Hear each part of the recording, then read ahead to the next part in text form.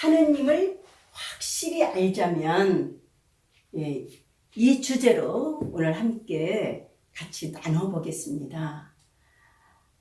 우리 신앙인들이 하느님을 믿고 일생을 살고자 하지만 더더욱 자꾸자꾸 하느님을 더 깊게 확실히 만나고 알고 싶어하는 열망들이 있습니다. 정말 아름다운 마음들이지요.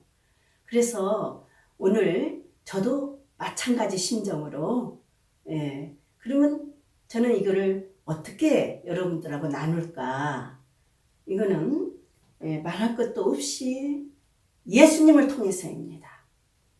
우리가 예수님을 통과한 하느님을 믿거든요. 그래서 예수 그리스도, 크리스찬이다 이런 말도 쓰잖아요. 그러니까 그러면 이게 예수님, 하느님은 이렇게 같이 간다 생각하면 돼요. 예수님을 하느님으로까지 말하기는 아닙니다. 그렇지만 누가 하느님을 제시할까? 인류 역사상 앞으로도 그럴 것입니다. 예수님은 정말 하느님 거의 가까이 가는 분으로 우리가 고백을 하는 것입니다. 사실 그래서 우리가 하느님의 아들이라고 합니다. 뭐 아버지의 아들 그런 의미가 아닙니다. 하느님 가까이 계셨다.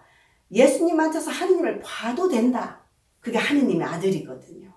그리고 우리 그 하느님한테서 우리는 구원을 기대하는 사람들이죠. 우리 신앙인들은 세상에 무슨 가치가 우리한테 나쁜 거 아니에요. 필요하지만 그것이 내 생명의 구원으로까지 우리는 보지 않죠. 우리 신앙인은. 그래서 예수님의 이런 그 제시하는 길이 있어서 우리는 하느님을 믿을 수 있는 희망이 생긴 거예요. 정말 그분이 우리에게 구세주가 되어주는 거예요. 그런 의미로 메시아이십니다. 그래서 자 하느님을 확실히 알자면 동시에 요구되는 조건이 뭐겠어요? 예수님을 확실히 알아야 되는 거예요. 그러니까 다른 거에서 찾으면 안 될 것입니다. 그런데 우리가 자칫 조금만 방심하면 다른 데서 찾으려는 유혹도 있어요.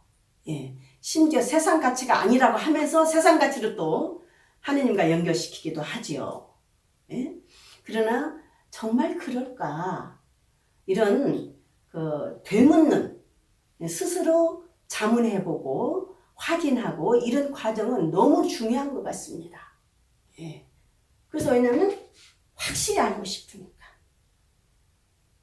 내가 생명처럼 하느님을 믿는다면 좀 더 정확히 확실히 정도에서 믿고 싶단 말이에요. 그래서 스스로 자문해보는 것. 그래서 저는 예수님이다. 이 말은 누구도 이견이 없어야 합니다. 이건 다양성도 아니고 이건 아주 확실한 것입니다. 그러면 이제 문제는 뭐냐면 이 예수님을 누가 제시해 주느냐.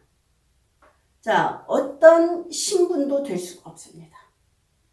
그리고 어떤 인간의 유능한 인물한테서도 그 답을 얻을 수 없습니다. 심지어 성직자, 무슨 수도자, 뭐 똑똑한 신자, 뭐 사회의 어떤 박사 이런 신분에서 될 수 없습니다. 우리는 오로지 누굽니까? 예수님. 이 하느님 항상 예수님. 예수님과 이렇게 통과한 하느님이에요. 우리는. 그러면 문제는 이제 여기서부터 이제 우리가 답이 확실히 주어지겠습니다. 우리는 지금 예수님을 우리 육안으로 직접 육성으로 그분의 가르침을 들을 수 없고요. 피부로 그분을 육감으로 느낄 수 없습니다. 기원 후 30년에 이미 그분은 세상을 떠나셨습니다. 세상에서 죽으셨습니다. 십자가에. 그런데도 우리는 이 예수님을 우리가 확실히 알아가야 되는 거예요. 어디서? 내 복음서입니다. 내 복음서. 다른 데서 예를 들면 어떤 신분이나 무슨 이런저런 것을 끌어들이면 저는 의도라고 말하고 싶어요. 그러면 예수님의 그 가르침과 그 행적이 우리는 지금 이 말씀을 통해서 정확히 확실히 알아가야 할 그런 노력이 우리 안에 있어야 되는 거예요. 왜? 하나님을 확실히 알고 싶으니까. 그리고 내 구원을 좀 더 정확히 안정적으로 내 생명을 갈고 닦고 싶으니까요.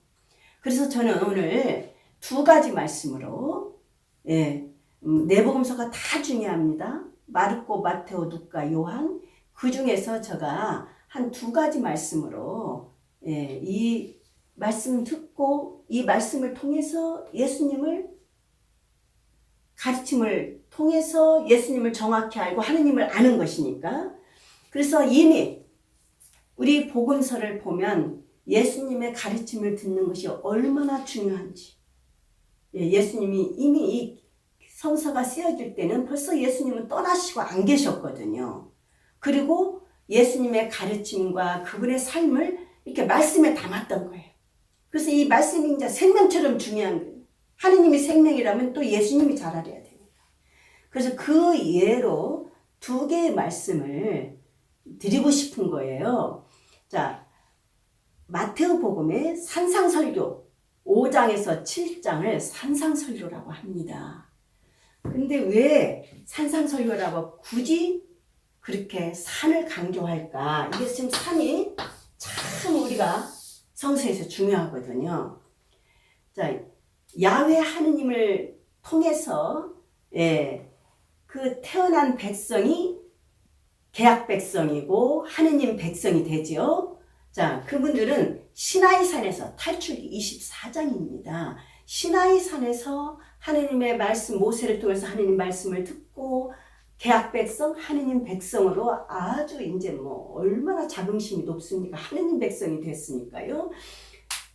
말씀 그래서 그 산에서 이 산이 그렇게 중요한 거예요, 우리는. 산 하면 무슨 우리 고유한 어떤 산을 생각해 이 말씀이 굉장히 강조돼야 됩니다. 그리고 하느님을 뵙는다, 하느님 백성으로 살아간다. 이게 아주 중요한 것입니다. 산이 등장. 그래서 산상설교예요. 그러니까 아주 중요하거든요. 마태복음이 왜 산이라고 했을까? 그래서 여기서도 이 말씀을 들으면 처음부터 행복선언이 나옵니다. 행복하여라. 이제는 하느님이 주시는 행복의 길이 열린다는 것입니다. 그런데 말씀을 들어야 돼요. 그래서 저는 오늘 지금 여기에서 산상설교를 다 일일이 지금 설명하는 데 있지 않고 이렇게 예수님 통해서 하느님을 확실히 아는데 이 말씀이 중요하다는 거 산상설교에서도 결론에 보면 자 21절에서 27절 간단히 말씀드리자면 우리가 주님 부른다고 다 하느님이 기뻐하시지 않는다는 것입니다. 그래서 오히려 아버지의 뜻을 실행하라. 어떻게? 아버지의 뜻은 무엇입니까? 예수님을 통해서 이 사복음을 통해서 예수님을 통해서 하느님의 뜻을 아는 거예요. 그거 없이 그냥 주님 부른다고 하느님이 기뻐하시지 않는다는 것입니다. 그래서 나는 너희를 도무지 알지 못한다. 이건 정말 불행이죠. 하느님 알고 싶은데 거꾸로 되는 것입니다. 그래서 이제 24절에 보면 말씀을 듣고 실천하는 것. 이게 진짜 기도거든요. 그리고 성령의 생활이죠. 하느님의 영, 예수님을 통해서 오는 하느님의 영 생활이거든요. 그래서 말씀을 듣고 실행하는 이는 모두 자기 집을 반석 위에 지은 슬기로운 사람이다. 하느님 앞에 아주 슬기와 지혜가 듬뿍 지닌 인간이 되는 거예요. 정말 멋진 인간이 되는 거죠. 또 한 가지, 자, 요한복음 말씀, 그 유명한 토마 얘기를 통해서 하나 또 강조하고 싶어요. 20장입니다. 20장 28절에서 29절 말씀을 보자면 이제 토마는 예수님이 부활하셔서 제자들을 만나는 현장이 없었습니다. 그러니까 토마가 나는 그분을 내 손으로 만져보지 않고는 난 도무지 인정하지 못하겠다는 그런 말을 했거든요. 그런데 이제 토마가 끝에 요한복음 말미입니다. 말미에 토마의 말을 통해서 무엇이 축복이냐. 대단히 그 행복선언이 나와요. 저는 그래서 이 말씀을 참 기억합니다. 행복해야죠. 하느님 뵙고. 그래서 8절에서 29절 말씀을 보면 저의 주님, 저의 하느님이라고 최고의 고백을 끝에 이제 결론을 토마 입을 통해서 다뤄놓습니다. 요한복음 저자가. 그러면서 뭐라고 하냐면 예수님께서 토마스에게 말씀하셨다. 너는 나를 보고서야 믿느냐? 자, 지금 우리 시대, 앞으로도 우리는 예수님을 육감으로 볼 수 없습니다. 어디서 봅니까? 이제 이렇게 말씀에서 배워야 돼요. 예. 그래서 우리 시대까지의 이 신앙의 소유자들을 놓고 회복선언을 하는 거예요. 보지 않고도 믿는 사람은 행복하다. 이제 육감으로 우리가 내가 만져보고, 예. 그분의 십자가에 돌아가신 못자국에 손을 넣어보고, 그렇게 확인해서 믿는 시대는 우리는 아니에요. 어떻게? 이렇게 복음서. 그래서 그분의 좀 더 정도에서 말씀을 듣고 확실히 우리는 하느님을 알 수 있는 길이 우리는 이렇게 주어진다고 저는 나누고 싶습니다.